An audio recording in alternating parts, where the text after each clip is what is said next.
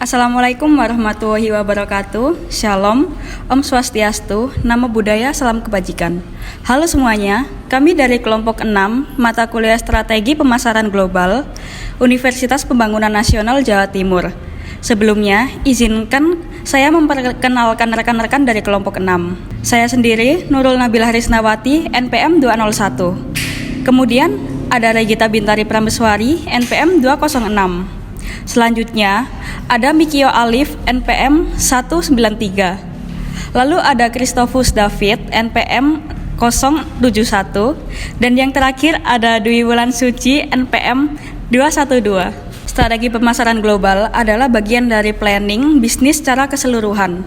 Hal ini adalah proses penyesuaian strategi pemasaran dalam suatu perusahaan agar lebih sesuai dengan kebutuhan pelanggan yang potensial di negara lain. Memasuki pasar internasional baru dapat memberikan perusahaan akses terhadap bisnis pelanggan sehingga dapat meningkatkan pendapatan perusahaan. Hal ini juga dapat memberikan beberapa manfaat lain seperti pengurangan biaya tenaga kerja, akses terhadap sumber daya tambahan, dan juga kemampuan untuk mengidentifikasi resiko. Tujuan dari strategi pemasaran global sendiri yaitu untuk menjangkau area pasar yang baru yang juga bervariatif dengan produk-produk atau eksistensi bisnis tersebut. Harus diingat bahwa setiap negara atau daerah memiliki kebudayaan yang berbeda. Jadi global marketing menuntut sebuah perusahaan untuk beradaptasi dengan mudah. Pada kesempatan kali ini, kami akan membahas strategi bisnis global pada perusahaan Apple. Sebelum kami membahas lebih lanjut, saya akan jelaskan mengenai profil perusahaan Apple. Jadi, Apple Inc. adalah perusahaan multinasional yang berpusat di Cupertino, California, yang merancang, mengembangkan, dan menjual barang elektronik, perangkat lunak, dan layanan daring. Perangkat keras yang diproduksi Apple meliputi telepon pintar, komputer, tablet, iPad, jam pintar atau yang biasa disebut Apple Watch, pemutar digital Apple TV, dan pengeras suara pintar HomePod. Perangkat lunak yang diproduksi oleh Apple sendiri meliputi sistem operasional macOS dan iOS, pemutar media iTunes, penjelajah web Safari, dan perangkat kreativitas berupa produktivitas iLife, serta berbagai aplikasi profesional seperti Final Cut Pro, Logic Pro, dan yang terakhir yaitu layanan daringnya meliputi iTunes, iOS App Store, dan Mac App Store. Apple juga mengembangkan sebuah perangkat yang berguna untuk menyimpan dan menyadangkan penyimpanan, yaitu iCloud. Apple sendiri didirikan oleh Steve Jobs, Steve Wozniak, dan Ronald Wayne pada April 1976. Pada tahun 2022, Apple berhasil menjadi perusahaan pertama di dunia yang mencapai market cap sebesar 3 triliun US dollar dan berhasil menjadi the most valuable brand ever. Apa sih rahasia di balik itu? Mari kita kupas bersama-sama. Pada tahun 2018, Apple mencapai market cap sebesar 1 triliun US dollar. Hal ini merupakan satu pencapaian prestasi dan milestone yang sangat besar. Tapi tidak sampai di situ saja. Kemudian pada tahun 2020, mereka mencapai market cap sebesar 2 triliun US dollar. Dan pada tahun 2022, naik lagi menjadi 3 triliun US dollar. Jadi, bayangkan dalam waktu kurang dari 4 tahun, mereka berhasil naik 3 kali lipat.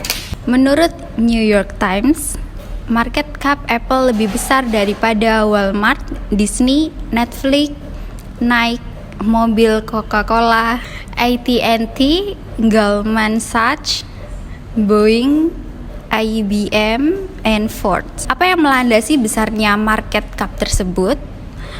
Ternyata ada beberapa rahasia di balik kesuksesan Apple.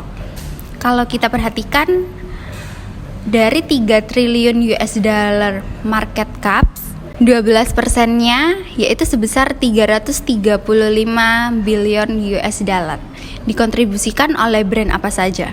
Bayangkan, dari brand saja sudah memiliki value sebesar 12% dari seluruh aset yang mereka miliki. Ini yang membuat brand Apple dikenal semakin luas di seluruh dunia dan menjadi brand terkuat selama beberapa tahun terakhir. Brand value yang sangat besar ini sering disebut sebagai Apple Tax. Banyak orang bilang jika harga produk Apple itu terbilang sangat mahal jika dibandingkan dengan harga produk kompetitornya. Meskipun jika dibandingkan, mungkin spesifikasi milik iPhone sama persis atau bahkan berada di bawah kompetitornya. Ini yang disebut sebagai Apple Tax Premium yang harus dibayarkan oleh konsumen Apple. Hal ini menunjukkan kekuatan dari merek Apple itu sendiri. Ada 3 hal yang merupakan kunci dari Apple sehingga dapat melipat gandakan kekuatan dari brand mereka selama beberapa tahun terakhir. Yang pertama, brand Apple itu sinonim dengan innovation, baik dari sisi teknologi maupun dari sisi desain. Seperti kita tahu, Apple kerap kali melakukan beberapa jenis inovasi. Dari sisi teknologi, mereka punya inovasi dan hardware, software, hingga services. Mereka membuat gadget dan software mereka sendiri. Mereka juga memiliki services seperti misalnya Apple Pay yang dibangun sendiri secara in-house. Ada juga Apple Music. Inilah kekuatan dari inovasi yang sangat terintegrasi.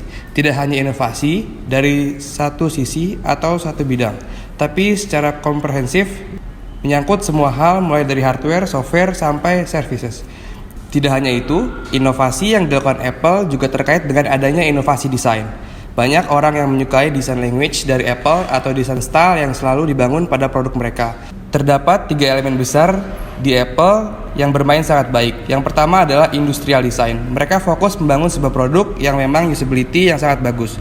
Kemudian, mereka juga memiliki human interface design. Ketika mereka membuat user interface, ketika mereka membuat experience menggunakan produk mereka juga menggunakan design thinking yang sangat baik. Dan yang terakhir, mereka juga memiliki communication design. Seperti yang kita tahu, attention to detail Apple sangat bagus. Selain itu, cara mereka menentukan copywriting dalam iklan mereka yang juga cukup menarik bagi para audiens. Cara mereka memilih image yang ditampilkan, cara mereka memilih font sampai dengan size dari media promosi. Semua dipikirkan secara mendalam, secara desain, sehingga Apple merupakan satu brand yang sangat komprehensif.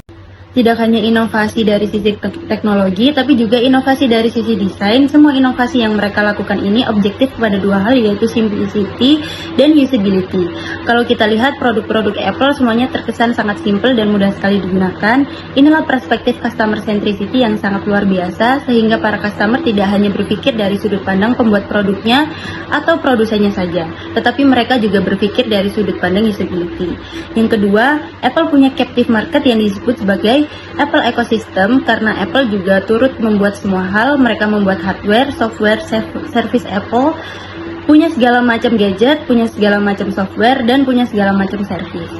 Apple menggunakan pendekatan yang disebut sebagai walled garden. Contoh kasusnya, ketika kita menggunakan iPhone, akan sangat ideal kalau kita mempunyai MacBook. Ketika kita menggunakan iPad, akan sangat ideal apabila kita juga menggunakan AirPods Pro. Misalnya banyak produk-produk Apple yang bersinergi satu sama lain, performance-nya hanya akan bisa optimal ketika digunakan untuk produk-produk Apple lainnya, sehingga cross-selling terjadi secara natural.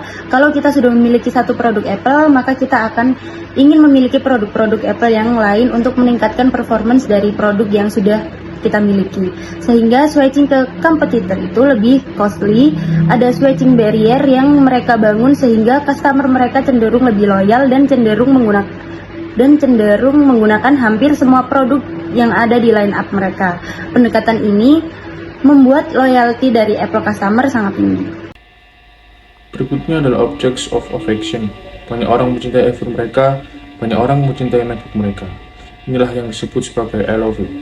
Produk-produk Apple dicintai oleh pelanggan-pelanggan mereka, dan produk-produk Apple juga merupakan social connectors. Ketika sudah memiliki produk Apple, kita merasa menjadi bagian dari keluarga Apple, merasa bagian dari komunitas yang menggunakan produk-produk Apple. Inilah yang disebut sebagai I part of the group. Sehingga ada 2 hal yang semuanya terfokus pada menciptakan emotional benefit, fokus pada menciptakan feel good factors di segmen atau komunitas yang ingin mereka bangun. Ada 3 hal yang dapat kita pelajari dari suksesnya brand Apple. Yang pertama adalah be obsessed with innovation. Terobsesilah dengan inovasi. Selalu bentuk sebuah produk yang baru, lalu kembangkan sebuah services yang baru yang selalu berfokus pada kepentingan pelanggan. Yang kedua adalah kunci loyalitas dari pelanggan.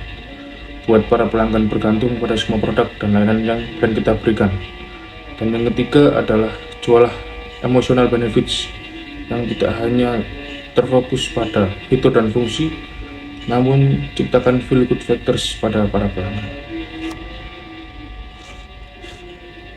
Kesimpulan dari materi yang telah kelompok kami paparkan, Apple telah mencapai kesuksesan luar biasa dalam mencapai market cap sebesar 3 triliun US dollar pada tahun 2022 dan menjadikan Apple sebagai brand paling bernilai dalam sejarah dengan brand value mencapai 355 miliar US dollar. Faktor kunci kesuksesan Apple melibatkan inovasi baik dalam teknologi maupun desain, pembangunan ekosistem terintegrasi, dan fokus pada simplicity dan usability. Dalam menjaga loyalitas pelanggan, Apple juga berhasil menciptakan hambatan perpindahan yang tinggi melalui ekosistemnya dan juga melalui Apple Tax, di mana pelanggan melihat nilai tambah dari produk-produk Apple meskipun dengan harga yang mungkin lebih tinggi dari pesaing. Keseluruhan kesuksesan produk Apple disusun dari kombinasi inovasi, desain yang menarik, pelayanan pelanggan yang baik, dan pembangunan ekosistem yang kuat.